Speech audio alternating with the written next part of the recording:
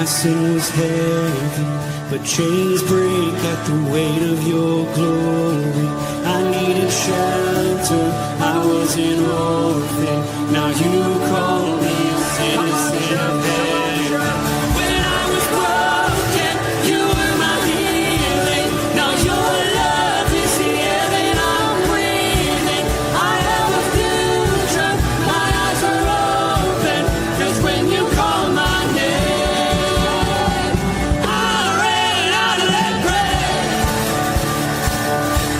out of the darkness into your glorious day.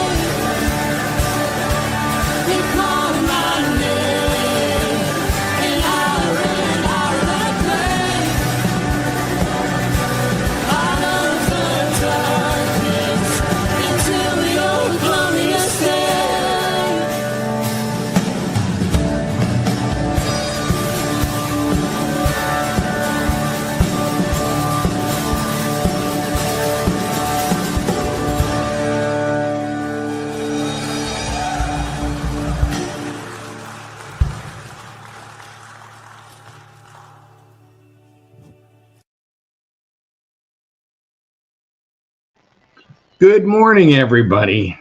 It's the last day of what I call unsupervised. Matt Ryan will be taking over the Root of Men for the rest of the week, and I am going to sit in the background and just watch. How awesome is that? Anyway, we have a nice way to end the week, right? For me, anyway. Oh, that's me. Never mind. Good morning. Chuck is online. He was on there really early. And Brian Flaming. Good morning, Brian. Ken Gooch is here. And Chris Conley commented here. He said, good morning. And also, Bert Reggiani.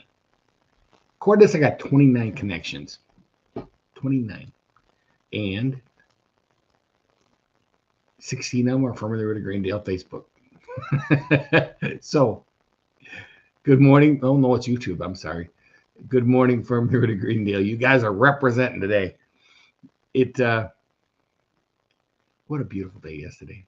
I got to go out and do some yard work. I got my deck opened up. In the winter, we cover all the furniture to protect it from the winter. And the first thing I did is sit in one of the chairs. It's like a real fine weed wicker. And that fell through. Oh, well, so much for the cover saving the chairs. They've lasted a long time, but it was very defeating, I guess would be the word I would use. You're 1 minute you're uncovering everything, getting it all set up nice and pretty, and then you sit on it and the chair goes. Oh gosh, who else we got here? Dave Donnelly just came on. Good morning, Dave. And London came on. Good morning, London. All right, so we're glad you're all with us this morning. We are in 1 Corinthians 9. Just started this chapter 9, 1 through 12. Quick review. Paul has gone to the Corinthian church. It's a mess. He's gone through correcting all the weird sexual stuff that's going on there, and he's going through all the eating meat with sacrifice to gods. He's gone through this litany of problems they have in this church, and they're not done. Then all of a sudden, we get in chapter 9, a totally different chapter. I mean, this one it pops up, and it'll lead you to think, kind of like what I did, I think, when I first read it. I go, oh, they're not happy with him. Am I not free? Am I not an apostle? Have I not seen Jesus our Lord? Are not you my workmanship in the Lord? If to others I am not an apostle, at least I am to you, for you are the seal of my apostleship in the Lord. This is my defense to those who would examine me. Do we not have it to eat and drink? Do we not have the right to take along a believing wife, as do the other apostles and the brothers of the Lord and Cephas? Or is it only Barnabas and I that have no right to refrain from working for a living? Who serves as a soldier at his own expense? Who plants a vineyard without eating any of the fruit? Or who tends a flock without getting some of the milk? Do I say these things on a human authority? Does not the law say the same? For it is written in the law of Moses, you shall not muzzle an ox when it treads out the grain. Is it for the oxen that God is concerned? Does he not certainly speak for our sake? It was written for our sake, because the plowman should plow in hope, and the thresher should thresh in hope of sharing in the crop. If we have sown spiritual things among you, is it too much if we reap material things from you? If others share this rightful claim on you, do we not even more? Nevertheless, we have not made a use of this right, but we endure anything rather than put an obstacle in the way of the gospel of Christ. Okay, so Paul starts this chapter. I mean, we've gone through all the correction, and he starts out with a defense of his ministry, which I thought was of his apostleship, actually, even more than his ministry. Just the fact that And you almost kind of picture, you know, it says, am I not an apostle? He's answering his doubters, right?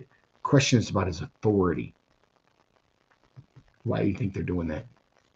I read it yesterday. First thing I read is it's weird. It's like, you know, he gives us all this correction, then right in the middle of it, he puts this defense of his ministry on, the defense of his apostleship. He has been correcting them a lot.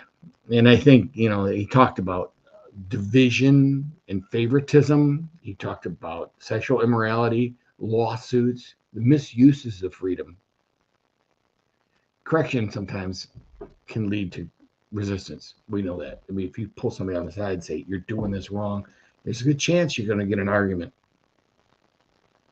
In this culture of Corinth, it wasn't unusual for them to pay traveling preachers.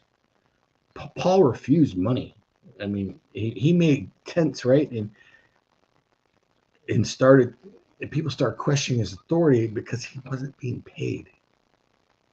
I realized that wasn't the reason. The reason was he was correcting them. But Paul's very gift to the church. If you think he was doing this out of his, because he knew it was self-sacrificing, and his very gift to the church in Corinth was being used against him at this time to undermine his ministry.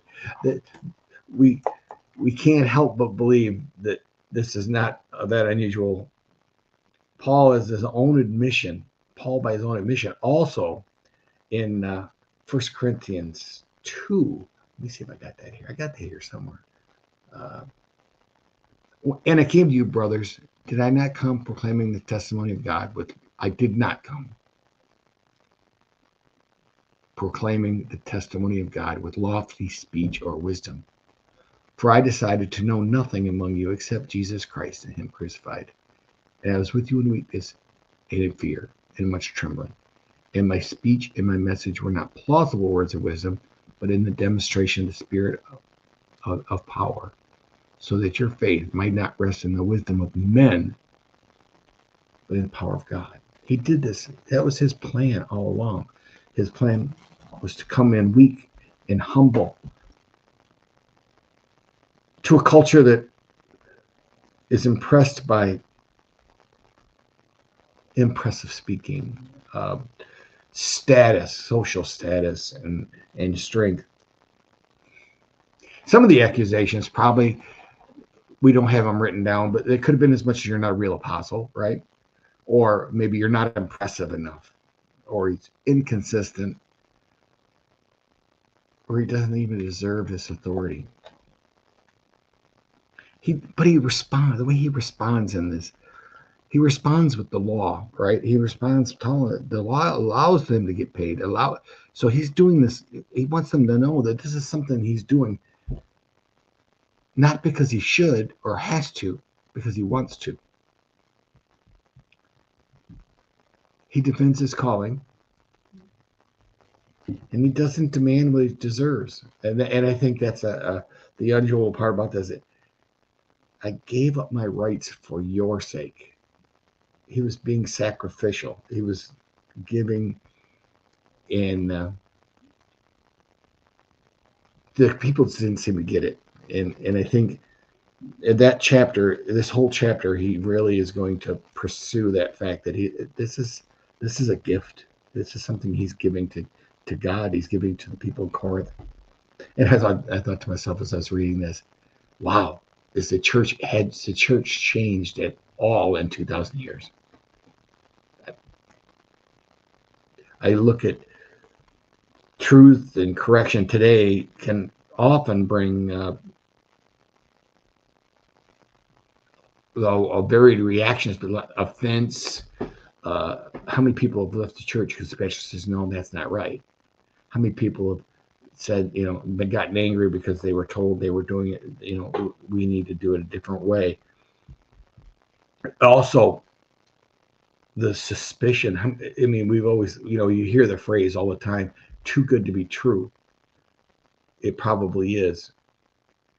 And so here's a guy that's doing this without a paycheck, doing this without any sort of support, and that people were suspicious of that, which is crazy. But I can't help but wonder if it was just the correction at this point, or was this church so far gone that any kind of movement would cause this kind of conflict. Today, we need to stand firm and stay humble. I think he talked about lofty speech or wisdom in the last paragraph chapter. Yeah, last chapter. And he talked about lofty speech or wisdom where it would use to puff up, right? Makes you, and ego can be a dangerous thing in a church. That's why we ask us to stay humble. But then he said, but really the key to the thing is don't let opposition distract you from what your goal is. Paul's got a mess here going in Corinth. We know that. And I'm not sure that it ever got fixed. 2 books and a lot of hard words. And he's still going to go at it, though. He's not giving up. Those books became a part of our canon. Those books were so important, such important theology that they couldn't be excluded, no matter how bad the church was, right?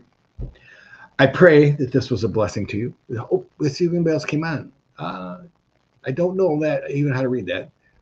AJ, good morning, and good morning to you too.